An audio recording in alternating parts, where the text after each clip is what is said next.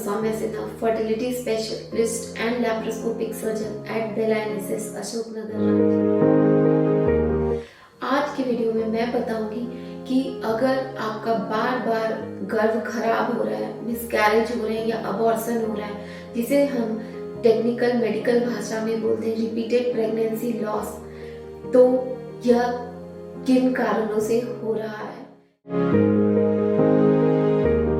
Karyotype की खराबी, मतलब आपका बनावट, आपका और आपके हस्बैंड का, जिसमें हम क्रोमोजोम का टेस्ट कराते हैं कि जो एक मनुष्य में 46 प्लस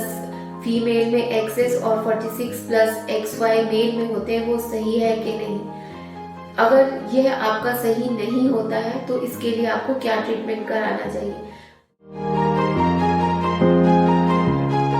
देखा गया है कि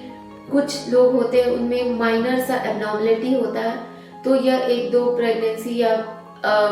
वो नेचुरल नॉर्मल भी कंसीव कर सकते हैं, बट उनमें किन्हीं में ऐसे एबनॉर्मलिटी होते हैं जो कंसीव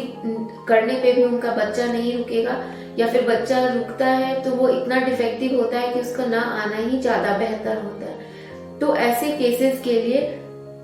जो बेस्ट ट्रीटमेंट होता है वह होता है आप IVF कराइए या ICSI कराइए। उसके बाद जो भ्रूण होते हैं या इम्ब्रियो होते हैं, वो इम्ब्रियो ट्रांसफर से पहले उसकी बायोप्सी की जाती है, मतलब इम्ब्रियो का एक कण निकाल के उसको जेनेटिक लैब में टेस्टिंग के लिए भेजा जाता है, और इस इम्ब्रियो में वह खराबी है कि नहीं पता लगाया जाता है, और पता किया जाता है कि अगर खराबी नहीं है या फिर थोड़ी सी खराबी है तो क्या उसके साथ वह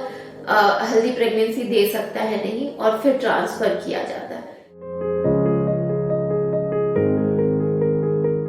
इसका एक खराब बात यह है कि इस बायोप्सी करने में कभी कभी आपको रिजल्ट तो आ जाता है कि नहीं अच्छे इम्ब्रियो है, बट इम्ब्रियो डैमेज हो जाता है, इसलिए उसकी प्रेगनेंसी नहीं होती। तो नया टेक्नोलॉजी से एक नया टेस्ट आया है जिसको हम NICS टेस्ट कहते हैं, जो कि non invasive chromosomal screening test है, जिसमें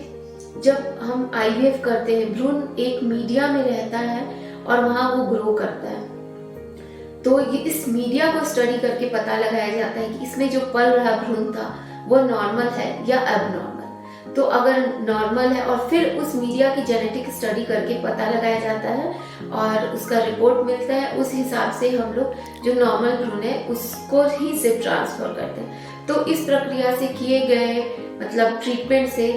अगर आपका कैरियोटाइप खराब भी है तो आपका चांस है कि आपको हेल्दी और सक्सेसफुल प्रेगनेंसी होगी। तो अगर आप या आपके दोस्त या आपके जानकारी के ऐसे कपल हैं जिनमें कैरियोटाइप का प्रॉब्लम है, जिस वजह से उनका बार बार गर्भ खराब हो रहा है, अबॉर्शन हो रहा है, मिसकैरेज हो रहा है, तो उन्हें स्पेशलिस्ट से मिलने कहिए ताकि हम उनकी मदद कर सके सक्सेसफुल प्रेगनेंसी के लिए।